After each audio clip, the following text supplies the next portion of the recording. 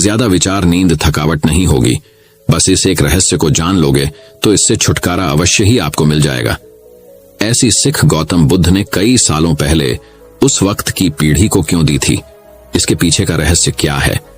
आज इसी रहस्य के बारे में हम गौतम बुद्ध की कहानियों के माध्यम से जानेंगे। तो बिना देर किए चलिए उन कहानियों की शुरुआत करते हैं। पहली कहानी, कामयाबी के लिए अकेलेपन से गुजरना ही होगा।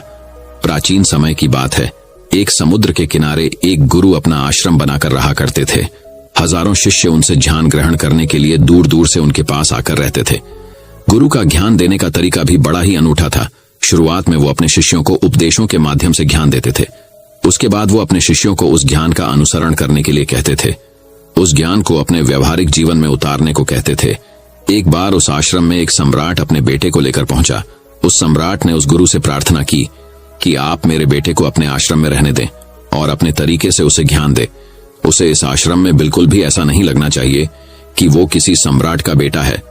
उसे बिल्कुल साधारण शिष्यों की तरह ही ज्ञान देने की कृपा करें। गुरु ने मुस्कुराते हुए कहा कि सम्राट ज्ञान इसी तरीके से लिया जा सकता है। अगर तुम अपने आप को दूसरों से बड़ा समझोगे तो तुम ज्ञान ग्रहण नहीं कर पाओगे। अगर तुम्हें ज्ञान ग्रहण करना है तो तुम्हें दूसरों की तरह अपने आप को साधारण समझना होगा। यही ज्ञान ग्रहण करने की सबसे पहली सीढ़ी होती है। तुम निश्चिंत रहो, आज से तुम्हारे बेटे की जिम्मेदारी मेरे कंधों पर रही। ये कहकर गुरु सम्राट के बेटे को अपने साथ लेकर समुद्र के किनारे टहलने के लिए निकल गए। आश्रम के बाकी सभी बच्चे उस सम्राट को देख रहे थे। सम्राट अपने बेटे को अपने रथ पर बिठाकर लाया था, जिससे सभी बच्चे समझ गए थे कि ये लड़का सम्राट का बेटा है। इसी वजह से आश्रम के सभी बच्चे सम्राट के बेटे की तरफ आकर्षित हो गए थे। जब गुरु सम्राट के बेटे को लेकर समुद्र पर टहल रहे थे तो सम्राट का बेटा अचानक फूट फूट कर रोने लगा, क्योंकि अभी वो सिर्फ 12 वर्ष का था और 12 वर्ष की आयु में उसके पिता उसे अपने से दूर छोड़कर चले गए थे। ये सदमा वो बच्चा सहन नहीं कर पा रहा था। वो नहीं समझ पा रहा था कि उसके पिता उसकी भलाई के लिए उसे उस गुरु के पास छोड़कर गए हैं। उसे रोते हुए देखकर गुरु ने कहा कि बेटा, मैं तुम्हें चुप नहीं करा सकता कि आज मैं तुम्हारे आंसू पोंछ दूं, लेकिन कल तुम फिर अपने आप को अकेला पाओगे। याद रखना, जीवन में इंसान अकेला आता है और अकेला ही जाता है।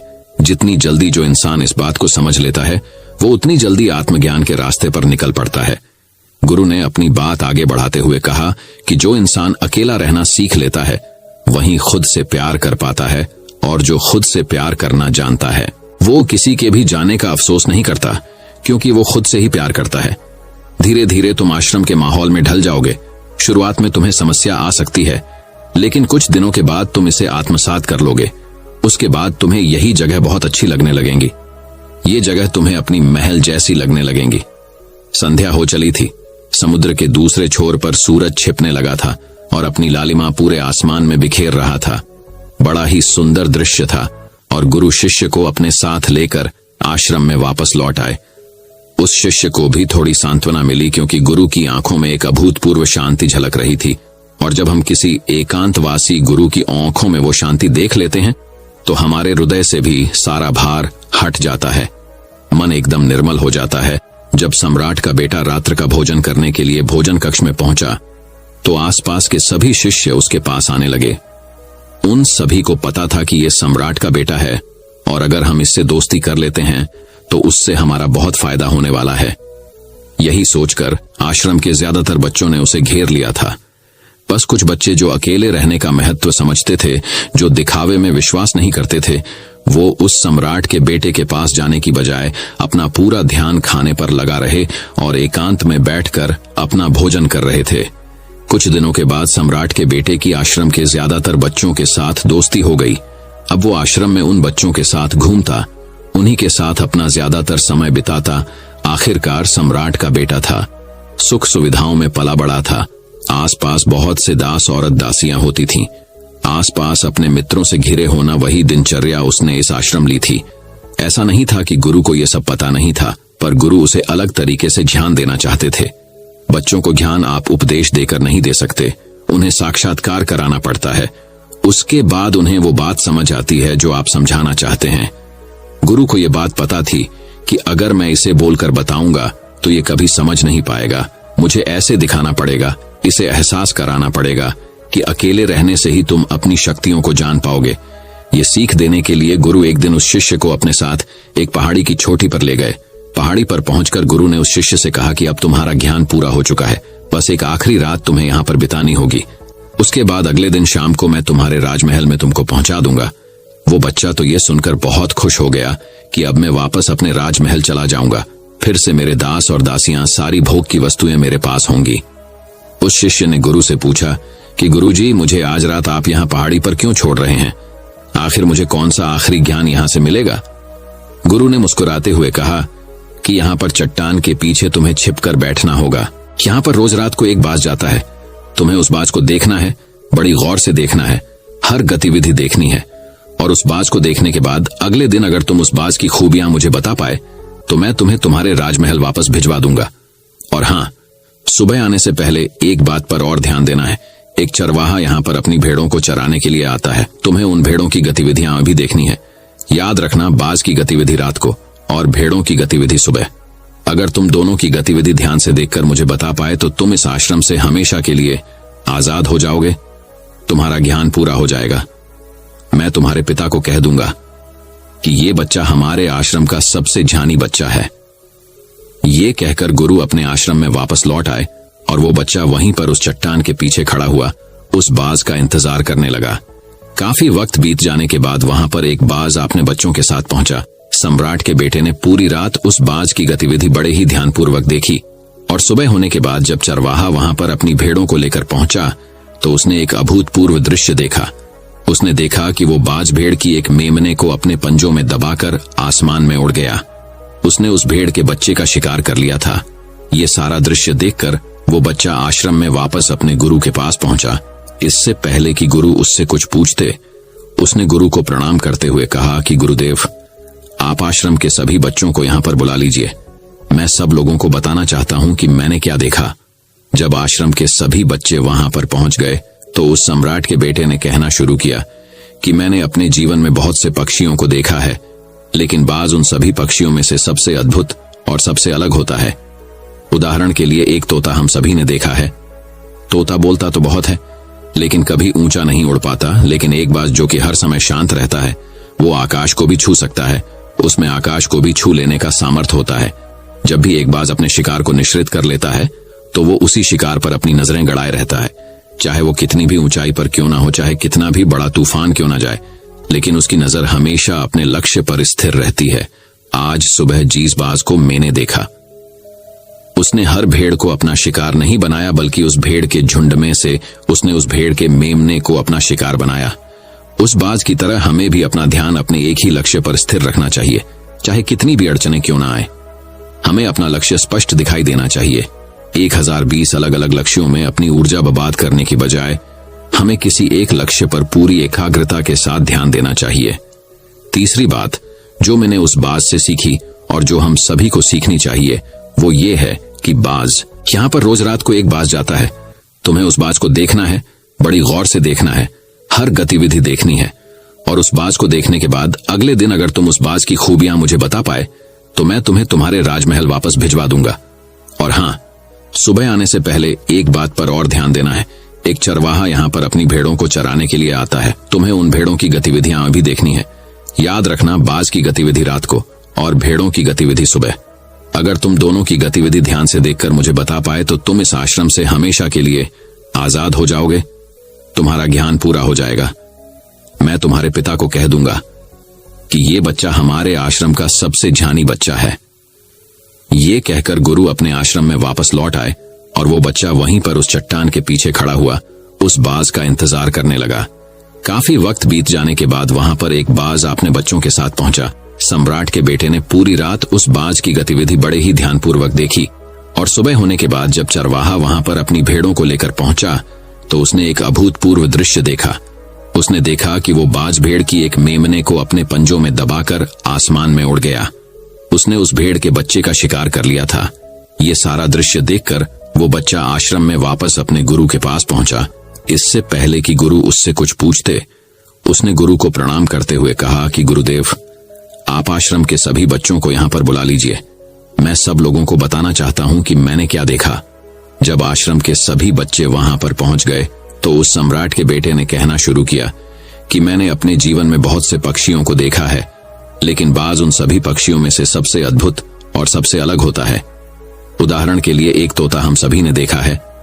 तोता बोलता तो बहुत है, लेकिन कभी ऊंचा नहीं उड़ पाता, लेकिन एक बाज जो कि हर समय शांत रहता है, वो आकाश को भी छू सकता है। उसमें आकाश को भी छू लेने का सामर्थ्य होता है। जब भी एक बाज अपने शिकार को निश्चित कर लेता है, तो वो उसी शिकार पर अपनी नजरें गड़ाए रहता है, चाहे वो कितनी भी ऊंचाई पर क्यों ना हो, चाहे कितना भी बड़ा तूफान क्यों ना जाए, लेकिन उसकी नजर हमेशा अपने लक्ष्य पर स्थिर रहती है। आज सुबह जीस बाज को मैंने देखा। उसने हर भेड़ को अपना शिकार नहीं बनाया, बल्कि उस भेड़ के झुंड में से उसने उस भेड़ के मेमने को अपना शिकार बनाया। उस बाज की तरह हमें भी अपना ध्यान अपने एक ही लक्ष्य पर स्थिर रखना चाहिए, चाहे कितनी भी अड़चनें क्यों ना आए। हमें अपना लक्ष्य स्पष्ट दिखाई देना चाहिए। 1020 अलग अलग लक्ष्यों में अपनी ऊर्जा बर्बाद करने की बजाय हमें किसी एक लक्ष्य पर पूरी एकाग्रता के साथ ध्यान देना चाहिए। तीसरी बात जो मैंने उस बाज से सीखी और जो हम सभी को सीखनी चाहिए, वो ये है कि बाज कभी भी दूसरे पक्षी के साथ नहीं उड़ता, वो हमेशा आकाश में अकेला उड़ता है। इससे हमें ये सीख लेनी चाहिए कि हमें कभी भी छोटी सोच वाले लोगों के साथ नहीं रहना चाहिए। आखिरकार हम भी वही बन जाते हैं जिनके साथ हम रहते हैं। इसीलिए या तो बड़ी सोच वालों के साथ रहो या फिर अकेले रहो, क्योंकि जब हम अकेले रहते हैं तभी हम खुद की ताकत और खुद की कमजोरियों को जान पाते हैं। कमजोरियों को जानकर उनको दूर कर सकते हैं और अपनी ताकत को जानकर उसका सही इस्तेमाल कर सकते हैं, लेकिन वो तभी संभव होगा जब हम अकेले रहना सीखेंगे। चौथी सीख जो हमें एक बाज से लेनी चाहिए कि एक बाज हमेशा अपनी सीमाओं से ऊपर उठकर उड़ता है। जब तूफान आता है तो हर एक पक्षी अपने घोंसले की तरफ भागता है, खुद को छुपाने की जगह ढूंढता है, लेकिन बाज ऐसा कुछ भी नहीं करता। वो खुद की सीमाओं को तोड़कर बादलों से भी ऊपर उड़ने का प्रयास करता है। हवाएं उसे थपेड़े मारती हैं, पंख उसके बाहरी हो जाते हैं, पानी और धूल की वजह से उसे कुछ दिखाई नहीं देता, लेकिन वो फिर भी आसमान की तरफ उड़ता रहता है और अंततः बादलों से भी ऊपर निकल जाता है और वहां तब तक उड़ता रहता है जब तक मौसम ठीक नहीं हो जाता। अपनी सीमाओं को सिर्फ इसलिए तोड़ पाता है क्योंकि वो समस्या के आने पर उससे घबराता नहीं है, उससे डर कर बचने का प्रयास नहीं करता, बल्कि एक सकारात्मक नजरिए के साथ उसका सामना करता है। जीवन में चाहे कितनी भी अड़चनें क्यों ना आए, हमें उन अड़चनों से लड़ना चाहिए, ना कि उनसे डर कर कहीं छुप कर बैठना चाहिए। बहादुर तो वो लोग होते हैं जो तूफानों से टकरा जाते हैं। कायर तो अपने घर में अपने घोंसले में अपनी जगह ढूंढकर बैठ जाते हैं। पांचवी बात जो हमें एक बाज से सीखनी चाहिए कि बाज कभी भी अपने घोंसले में घास के कोमल तिनके नहीं रखता। जो तिनके एक कोमल होते जाते हैं वो उन्हें निकालकर फेंकता रहता है। उसी तरह चाहे कितनी भी आरामदायक जिंदगी आपको मिली हो, लेकिन उस आराम से ऊपर उठकर अपने आलस्य को छोड़कर जीवन में मेहनत करते रहना चाहिए। जीवन में पसीना बहाना चाहिए, शारीरिक मेहनत करनी चाहिए। अपने घोंसले से कोमल तिनके उठाकर फेंक दो और आज ही अपने आलस्य को तोड़कर निकल पड़ो। हर दिन अपने आप को चुनौतियां दो, हर दिन मुश्किलों से लड़ो, क्योंकि वही मुश्किलें तुम्हें मजबूत बनाएंगी। जंगल के राजा शेर को भी झुंड बनाकर शिकार करते हुए देखा जा सकता है, लेकिन बाज हमेशा अकेला शिकार करता है, क्योंकि वो जानता है कि भीड़ हौसला तो देती है मगर साहस छीन लेती है। आदमी को हमेशा अकेले ही आगे बढ़ना होता है। यही कारण होता है कि वो जल, थल और नभ सभी जगहों पर अपने शिकार का परचम लहरा सकता है। बाज की उम्र लगभग 70 साल की होती है, लेकिन 40 साल में ही उसका शरीर बूढ़ा हो जाता है। नाखून उसके पैरों में धंसने लगते हैं, पंख उसके शरीर में चिपक जाते हैं, उसकी चोंच मुड़ जाती है, उसका शरीर भारी हो जाता है। ऐसी स्थिति में शिकार करना तो क्या, उड़ने की भी हालत नहीं रहती उसकी। ऐसे में उसके पास सिर्फ 2 विकल्प होते हैं। पहला, या तो वह खुद की इस अवस्था को स्वीकार कर लें और भूखा प्यासा मर जाए, या किसी दूसरे जानवर का शिकार बन जाए। और दूसरा विकल्प ये होता है कि वो 6 महीने एक बहुत ही दर्दनाक प्रक्रिया से गुजरे और खुद को फिर से पहले जैसा मजबूत बना लें। लेकिन बाज तो बाज है, वो दूसरा विकल्प चुनता है। इसके लिए वो खुद को एक बहुत ही ऊंचे पहाड़ पर ले जाता है, जहां वो पहले अपनी सोच से अपने सारे पंख खींच खींच कर उखाड़ देता है और फिर चट्टान पर पैर मार मार कर अपने पंजे तोड़ देता है।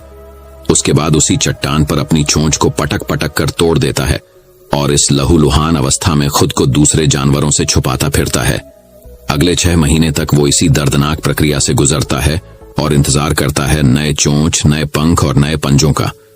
तब फिर वो अपनी नई जिंदगी शुरू करता है और निकल पड़ता है अपने शिकार पर। और अगले 30 सालों तक फिर से राज करता है। इसीलिए समय आने पर हमें भी अपनी पुरानी आदतों को छोड़ना पड़ता है और कुछ नया सीखना पड़ता है। समय के साथ बदलना पड़ता है, अपने आप को तैयार करना पड़ता है, वरना हमारा भी शिकार हो सकता है, हम भी पीछे रह सकते हैं। इसके बाद सम्राट के बेटे ने भेड़ों की विशेषता बताते हुए कहा कि भेड़ हमेशा झुंड में चलती है, उन्हें झुंड में एक साथ चलने से हिम्मत मिलती है, लेकिन जैसे ही उन पर शिकार होता है वैसे ही वो भीड़ तितर बितर हो जाती है और उस पूरी भीड़ में से एक भी भेड़ अपने साथी की मदद करने के लिए वापस नहीं लौटती। इससे हमें ये सीख मिलती है कि हमारे साथ कितने भी लोग खड़े हो, किसी पर भी यकीन नहीं करना। यकीन करना तो खुद पर करना, क्योंकि बुरा समय आने पर वो भीड़ कब तितर बितर हो जाएगी आपको पता ही नहीं चलेगा। गुरु को प्रणाम करते हुए सम्राट के बेटे ने अपने गुरु से कहा कि गुरुदेव, अगर मुझसे कोई सीख रह गई हो तो कृपया करके आप बताने की कृपा करें। गुरु ने सभी बच्चों को संबोधित करते हुए कहा कि ये सभी बातें जो अब भी इस बच्चे ने बताई हैं सब सही है, लेकिन ये सारी खूबियां आप लोगों में तभी पैदा हो पाएगी जब आप अकेले रहने का अभ्यास करेंगे। आपने देखा होगा कि बाज कभी भी किसी दूसरे पक्षी के साथ नहीं रहता, ना ही किसी के साथ अपनी जोड़ी बनाता। वो आसमान में अकेला उड़ता है और अकेला उड़ने की वजह से वो अपनी ताकत और अपनी कमजोरियों को जान पाता है। इसके बाद गुरु ने अपनी बात खत्म करते हुए कहा कि मैं आज रात इस सम्राट के बेटे को इसके राजमहल में छोड़ने के लिए जा रहा हूं, क्योंकि इसकी सीख यहां पर पूरी हो गई है। और ये कहकर गुरु उस सम्राट के बेटे का हाथ पकड़कर राजमहल की तरफ रवाना हो गए और बाकी के सभी बच्चे उन्हें पीछे से जाते हुए देखते रहे। तो दोस्तों चलिए अब हमारे गौतम बुद्ध की दूसरी कहानी की शुरुआत करते हैं। दूसरी कहानी। दोस्तों, बहुत समय पहले एक व्यक्ति गरीबी से परेशान होकर महात्मा बुद्ध के पास गया और बोला कि कुछ लोग इस दुनिया में इतने सफल हैं कि वे करोड़ों रुपए कमा रहे हैं। दुनिया में कुछ लोग ऐसे हैं जो गरीबी में जी रहे हैं।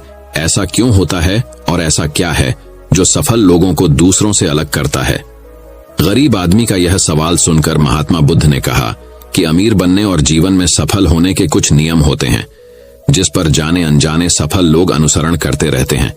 आज मैं आपको उन नियमों के बारे में बताऊंगा जिन्हें अपनाकर आप सफल व्यक्ति बन सकते हैं और एक समृद्ध जीवन जी सकते हैं। पहला नियम, अपने लिए एक बड़ा लक्ष्य चुनें। ज्यादातर लोग जिनसे पूछा जाता है कि आपके जीवन का लक्ष्य क्या है, वे मुस्कुरा देते हैं और कहते हैं कि हमने अभी तक कुछ नहीं सोचा है। अगर यह आपका जवाब है तो इसे आज ही बदल दें। आज आप बैठकर गहराई से सोचिए और अपने जीवन का लक्ष्य बनाइए। नौकरी कोई चुना हुआ लक्ष्य नहीं है, लेकिन हाँ, यह जीवन का एक पड़ाव हो सकता है। अपना सही लक्ष्य चुनें और उसे हासिल करने के लिए ये 3 काम करें। सबसे पहले अपने लक्ष्य को कागज पर लिख लें, उसे केवल ध्यान में न रखें। दूसरा, आप अपने लक्ष्य को प्राप्त करने के लिए क्या कर सकते हैं? क्या आप कम सो सकते हैं और दूसरों से ज्यादा मेहनत कर सकते हैं? आप बात करना बंद कर सकते हैं और अपने लक्ष्य से जुड़ी किताबें पढ़ सकते हैं। इन सब बातों को एक ही कागज पर लिख लो। अपने लक्ष्य को दिन में कम से कम 3 बार जोर से पढ़े। इससे आपका दिमाग इस बात पर सेट हो जाएगा कि आप खुद से क्या चाहते हैं। तब आप उसी दिशा में काम करना शुरू कर देंगे और आपको नए विचार नजर आने लगेंगे। मेहनत करके आप अपने लक्ष्य को प्राप्त कर सकते हैं। दूसरा नियम, खुद पर विश्वास करना सीखो। यदि आप वास्तव में सफल होना चाहते हैं तो आपको खुद पर विश्वास करना होगा। आपको विश्वास करना होगा कि आप भी सफल और अमीर हो सकते हैं।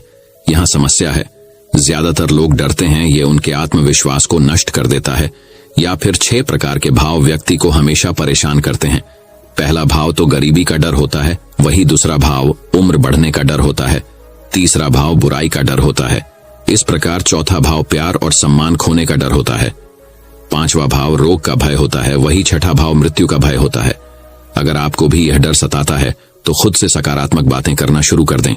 हमेशा सकारात्मक बोलने से आपका डर खत्म हो जाएगा और आत्मविश्वास बढ़ेगा। हमेशा अपने डर का सामना करना सीखें, जीत आपकी होगी। छोटा बच्चा अगर गिरने के डर से चलना बंद कर दे तो क्या वह कभी चल पाएगा? इसी सोच के साथ अपने लक्ष्य की ओर बढ़े। 1000 बार गिरो और 1000 बार उठो। तीसरा नियम, जो भी काम करें उसे पूरे जोश के साथ करें। काम का नाम सुनते ही कई लोगों के मुंह लटक जाते हैं, लेकिन जब तक आप अपने काम में दिलचस्पी नहीं लेंगे वह कैसे पूरा होगा? इसके लिए काम को टुकड़ में बांट लें और बीच बीच में थोड़ा आराम कर लें। काम को मजेदार बनाएं और हमेशा खुद से कहें कि मैं जो करता हूं उससे प्यार करता हूं। चौथा नियम, खुद के प्रति सच्चे रहना, लगन से हमारा काम जल्दी हो जाता है, लेकिन आत्म संयम हमें हमेशा सही दिशा में रखता है। जैसे सुबह जल्दी उठना और समय पर कहीं पहुंचना, काम को अधूरा न छोड़े और टाल मटोल न करे, फालतू की बातों में समय बर्बाद न करे, क्रोध और बहस न करे। ये सभी चीजें हैं जिन्हें करने या न करने के लिए आपके पास आत्मनियंत्रण होना चाहिए, तभी सफलता मिलेगी। यदि कोई दुकानदार सही समय पर दुकान नहीं खोलता है तो क्या उसका व्यवसाय ठीक से चल पाएगा? जीवन में सफल होने के लिए आपको कुछ मौज मस्ती का त्याग करना होगा, इसलिए खुद पर नियंत्रण रखना सीखें। अब 5वां नियम, बचत करने की आदत डालें। बहुत से लोग थोड़ा पैसा नहीं कमाते हैं और महंगी और दिखावटी चीजें खरीदना शुरू कर देते हैं। अपनी सोच और दिखावे के चक्कर में वह ऐसी चीजें खरीदने जाता है जिससे उसका खर्चा बढ़ जाए, जैसे महंगा घर बनवाना, महंगे आभूषण आदि।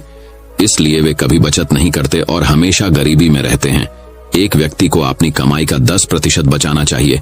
दोस्तों, आप पैसे बचाकर और उसे सही जगह निवेश करके अमीर बन सकते हैं। 6वां नियम, एक नेता की तरह सोचना सीखें। केवल वे जो सोचते हैं एक नेता की तरह सफल होते हैं। एक नेता की तरह काम करने के लिए ये काम करें। आप अपने लक्ष्य को कैसे प्राप्त करेंगे, इसकी पूरी योजना बनाएं, फिर उन लक्ष्यों को हासिल करने के लिए जरूरी चीजें करना शुरू करें। नेता और आम आदमी में यही फर्क है। 2-3 बार असफलता मिलने के बाद आम आदमी के होश उड़ जाते हैं। कोई नेता कितनी बार भी असफल हो जाए, लेकिन वह हार नहीं मानता और अपना प्रयास जारी रखता है। एक सच्चा नेता कभी रुकता नहीं है और साहस के साथ आगे बढ़ता रहता है। 7वां नियम, लीक से हटकर सोचने की कोशिश करें और कुछ नया करने की कोशिश करें। इसका मतलब है रचनात्मक दृष्टिकोण अपनाएं। लेकिन जीवन अनुभव ही है जो एक व्यक्ति को रचनात्मक बनाते हैं और उसे कुछ नया और अलग करने का आइडिया दें। मनुष्य के जीवन में जो दुआश और परेशानियां जुड़ती हैं, उनमें नए नए विचार जन्म लेते हैं। जब जीवन में कोई समस्या आती है तो व्यक्ति हमेशा उसका समाधान ढूंढ ही लेता है। अपनी क्रिएटिविटी को बढ़ाने के लिए ऐसे कामों के बारे में सोचें जो आज तक किसी ने नहीं किया। इसके लिए विभिन्न विषयों का अध्ययन करें और स्थानों का भ्रमण करें।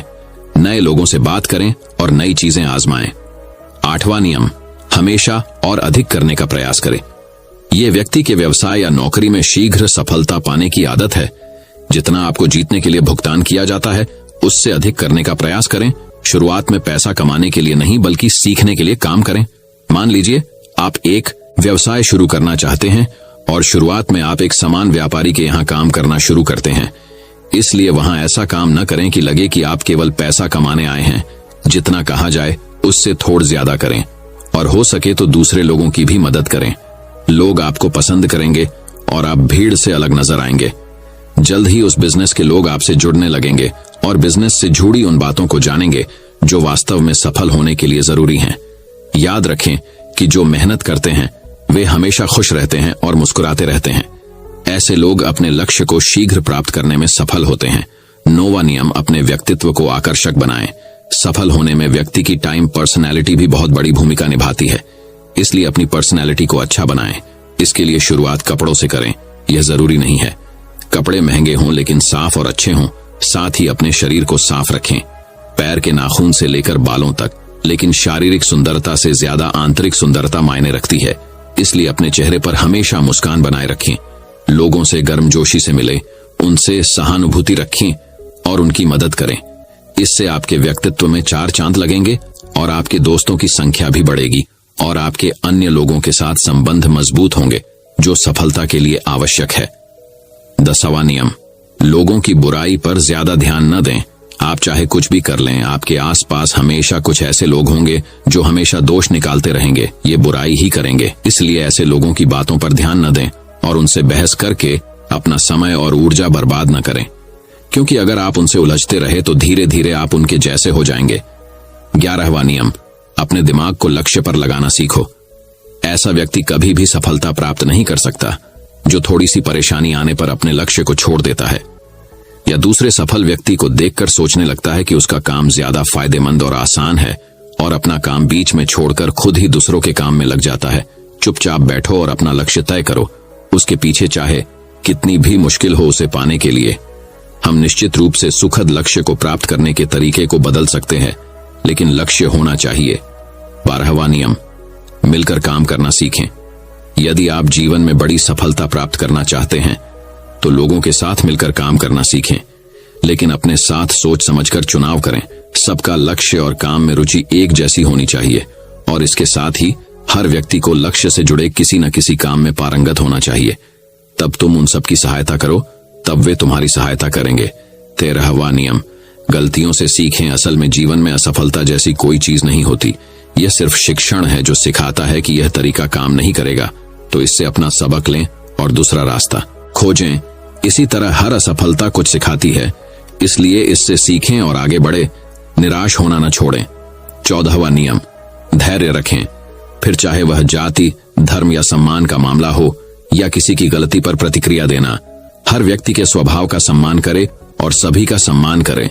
तभी आप आगे बढ़ पाएंगे और संकुचित सोच वाले कभी आगे नहीं बढ़ सकते। इसी तरह अगर कोई गलती करता है तो उसे सुधारने का मौका दे। अपना संतुलन न खोए और चिल्लाएं, कोई आपकी कोई इज्जत नहीं करेगा। 15वां नियम, अपने अंदर जाइए और खुद को सफल बनाने का जज्बा हासिल कीजिए।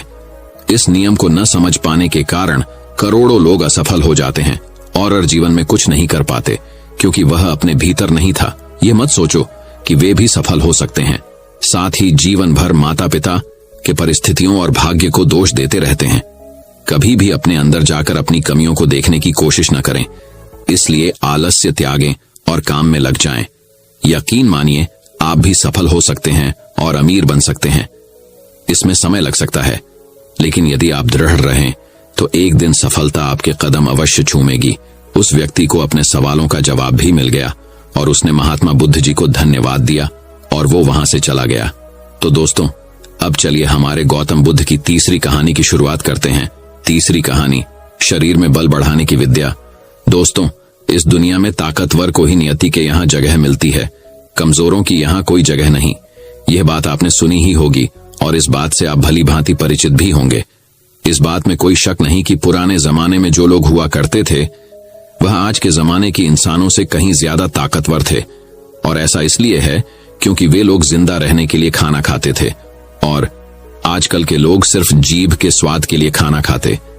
आप एक और तथ्य से वाकिफ होंगे कि एक रोटी से 10 गुना ज्यादा ताकत आटे में होती है। आटे से 10 गुना अधिक ताकत दूध में होती है। इसे भी पढ़े गौतम बुद्धा की कहानी। लोगों का झूठ पकड़ना सीखो। और दूध से 8 गुना अधिक ताकतवर मांसाहार होता है और मांसाहार से 10 गुना ज्यादा ताकतवर घी होता है। लेकिन यदि आप आज के समय पर देखेंगे, यदि किसी व्यक्ति को घी खाने के लिए दिया जाए तो वो ज्यादा से ज्यादा 1 चम्मच ही उसका सेवन कर सकता है, उसके ऊपर वो नहीं खा पाएगा। लेकिन यदि हम पुराने जमाने के इंसानों की बात करें तो उस समय पर घी उनका सर्वश्रेष्ठ भोजन होता था। आपने महाराणा प्रताप के बारे में तो सुना ही होगा। वो जितना वजन लेकर युद्ध भूमि पर लड़ते थे, उतना वजन तो आज के 4 आदमी भी उठा नहीं पाएंगे। इसीलिए कहा जाता है कि तब के जमाने के लोग सचमुच जीवन जीते थे और आज के लोग तो केवल जबरदस्ती इस जीवन को जी रहे हैं। बहुत समय पहले की बात है, एक छोटा सा राज्य था।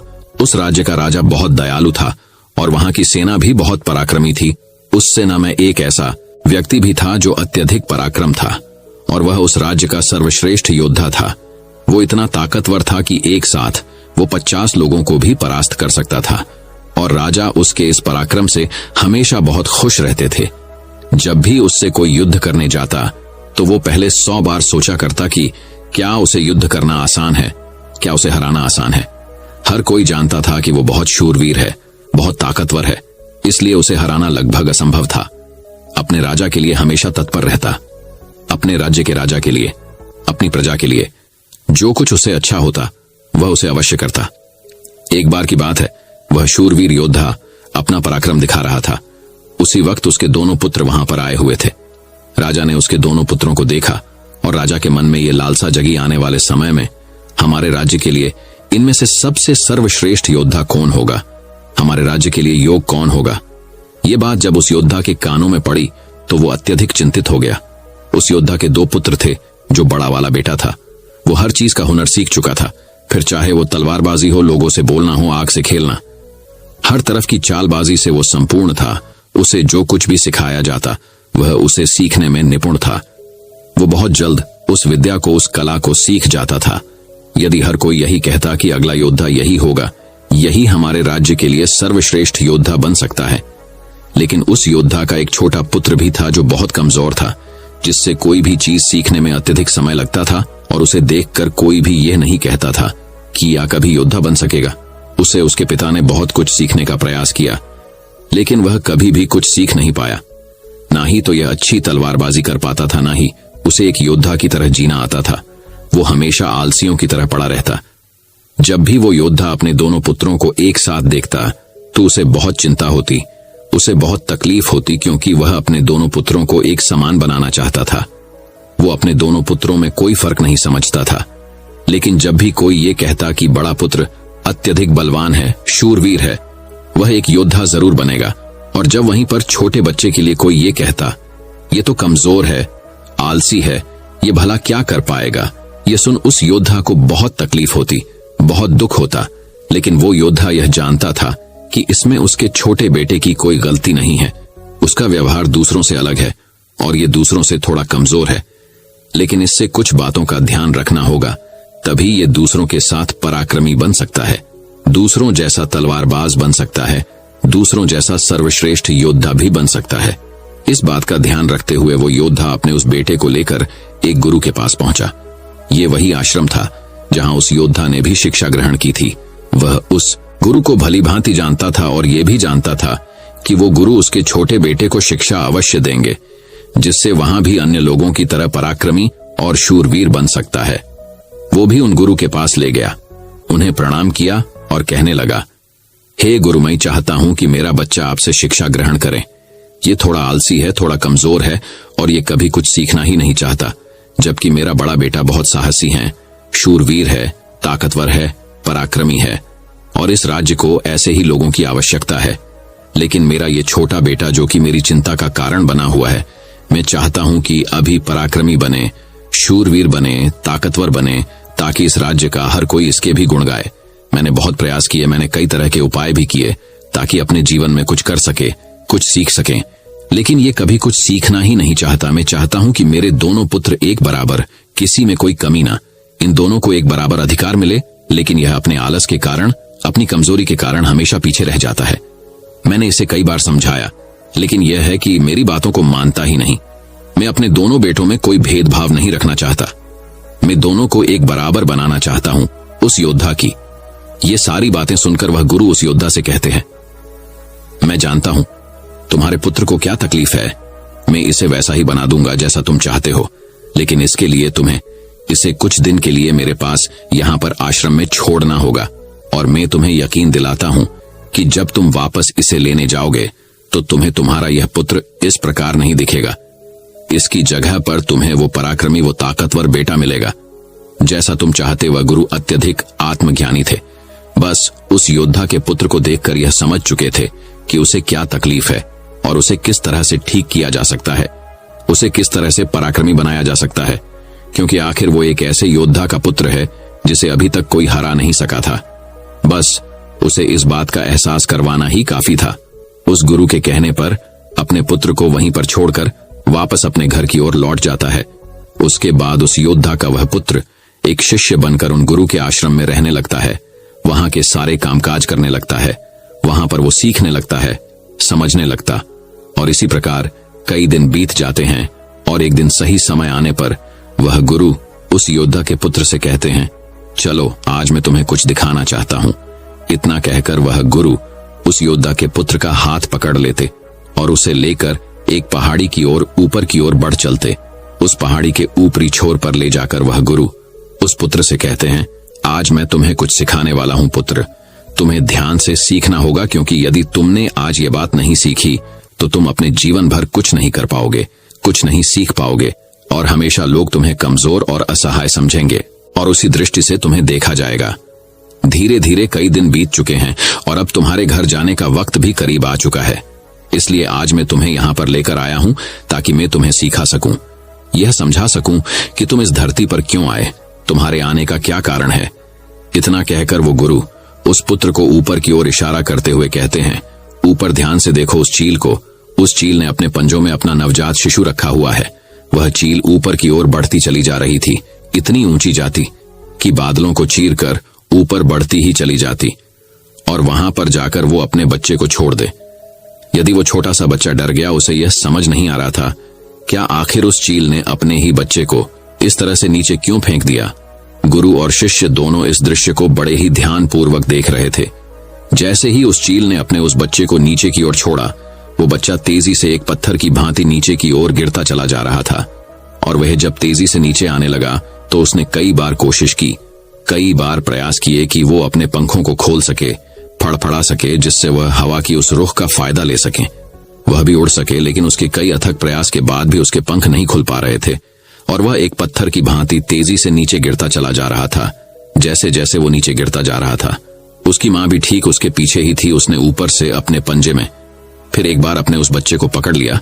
एक बार फिर वो चील अपने उस बच्चे को लेकर आकाश में ऊपर ऊंचाई की तरफ बढ़ती चली जाती है और फिर से वो ऊंचाई पर जाकर अपने बच्चे को ठीक उसी प्रकार छोड़ देती है। ये देख उस बच्चे को कुछ समझ नहीं आ रहा था कि आखिरी चील अपने बच्चे के साथ ऐसा क्यों कर रही है।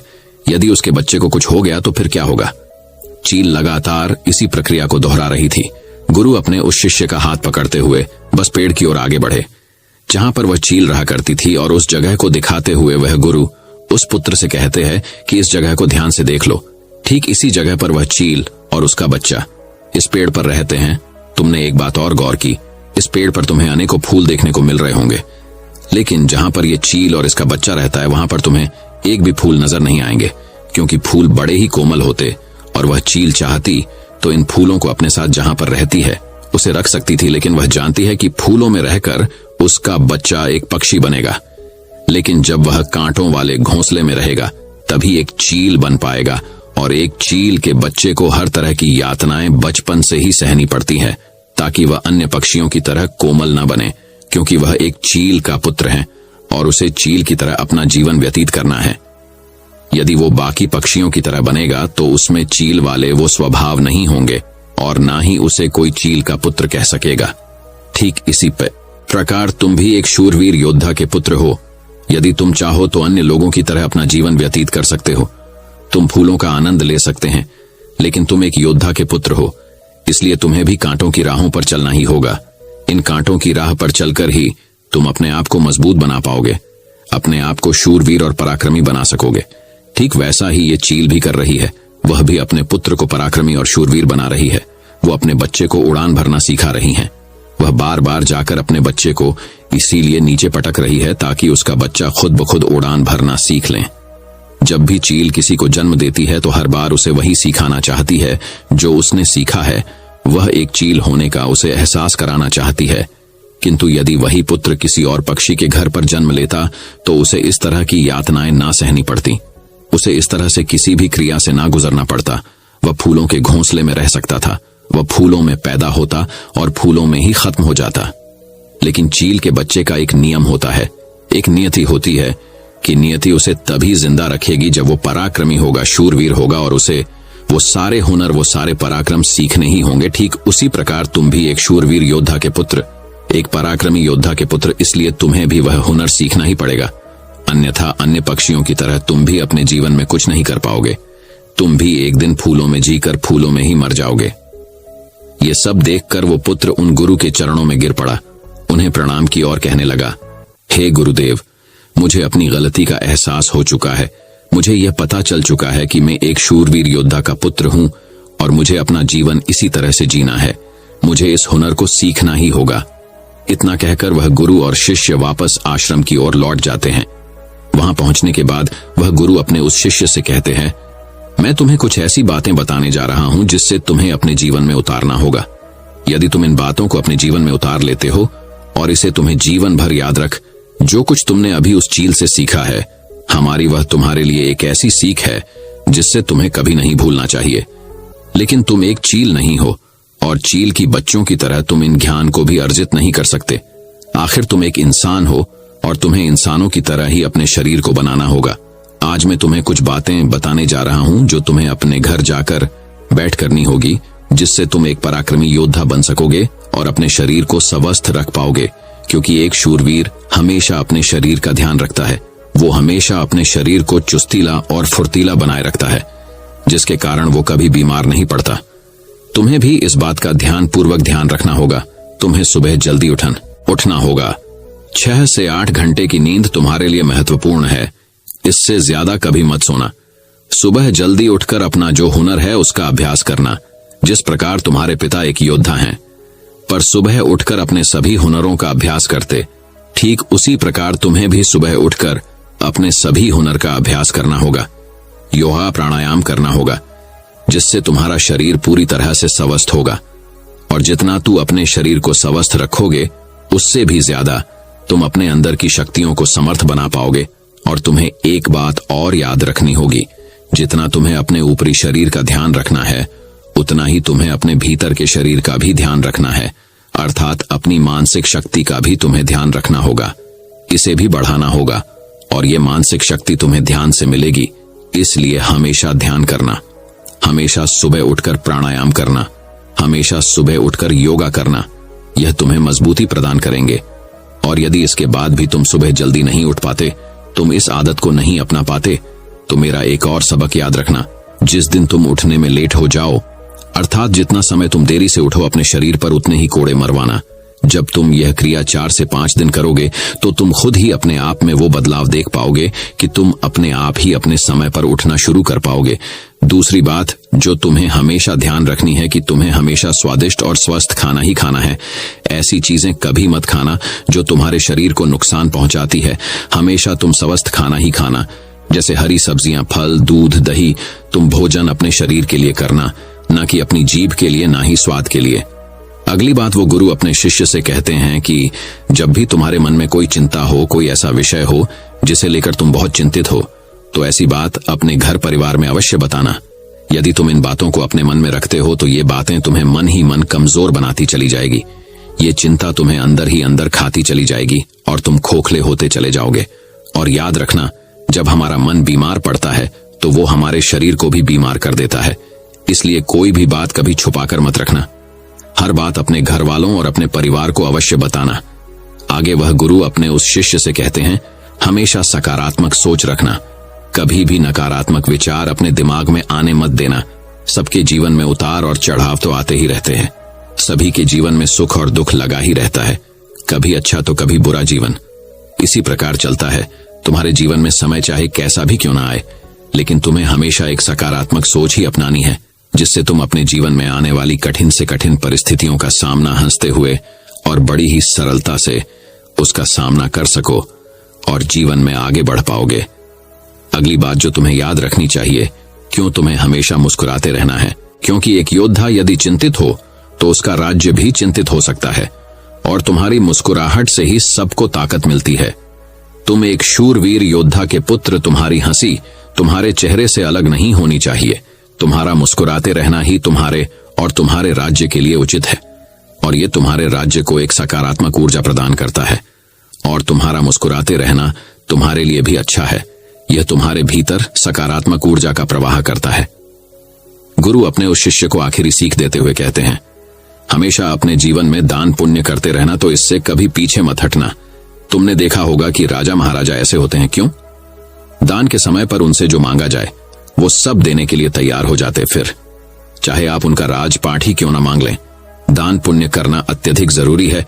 और ऐसा नहीं कि दान में तुम केवल धन ही दो, तुम किसी की मदद भी कर सकते हो। इसलिए दान पुण्य के समय पर तुम्हें कभी पीछे नहीं हटना चाहिए। जब हम दान करते हैं तो हमारे मन में एक अजीब सी खुशी महसूस होती है। हमारा मन बहुत खुश होता है, हम बहुत अच्छा महसूस करते हैं, और ये खुशी हमारे शरीर को और भी ज्यादा मजबूत बनाती है लोगों में। यह गलत धारणा है कि जब हम दान करते हैं तो हमारी संपत्ति घटती है, लेकिन ऐसा नहीं है। जब हम दान करते हैं तो इससे हमारी संपत्ति घटती नहीं बल्कि बढ़ती चली जाती है। इसलिए दान करने से कभी पीछे मत हटना। जब भी तुम्हें मौका मिले, जैसा भी तुम्हें मौका मिले, तुम दान अवश्य करना। इतना कहकर गुरुवर शांत हो गए और शिष्य उन गुरु के चरणों में प्रणाम करके उनसे कहता है, हे गुरु, आपने जो मुझे शिक्षा दी है, ये शिक्षा मैं अपने जीवन भर याद रखूंगा। इसे मैं कभी भुला नहीं पाऊंगा। हे गुरु, अब मुझे आज्ञा दीजिए। मैं अपने घर जाना चाहता, अपने पिता की तरह एक पराक्रमी योद्धा बनना चाहता हूँ। इतना कहकर वह शांत हो जाता है और गुरु उसे आशीर्वाद देते हुए उस शिष्य को उसके घर जाने की आज्ञा प्रदान करते हैं। दोस्तों, उम्मीद है कि आपने आज की इस कहानी से जरूर कुछ ना कुछ सीखा होगा। तो आज की इस कहानी में आपने जो कुछ भी सीखा है, आप उसे अपने जीवन में जरूर उतारोगे, क्योंकि ये बातें आपका जीवन बदल कर रख देंगी। दोस्तों, मैं उम्मीद करता हूं कि यह कहानी सुनने से आपके जीवन में अच्छे बदलाव आए होंगे। आपको इस वीडियो से क्या सीखने मिला ये कमेंट करके जरूर बताइए और अपने परिवार, दोस्तों या आपके करीबी इंसान के साथ ये कहानी शेयर करके उन्हें भी इस ज्ञान से परिचित करवाए। बाकी अगर आपको ये वीडियो दिल से अच्छी लगी हो तभी इस वीडियो को लाइक कर देना, और आपने अब तक इस चैनल को सब्सक्राइब न किया हो तो चैनल को सब्सक्राइब भी जरूर कर देना। आपका हर दिन शुभ हो और खुशियों से आपका जीवन भरा रहे। धन्यवाद। नमो बुद्धाय।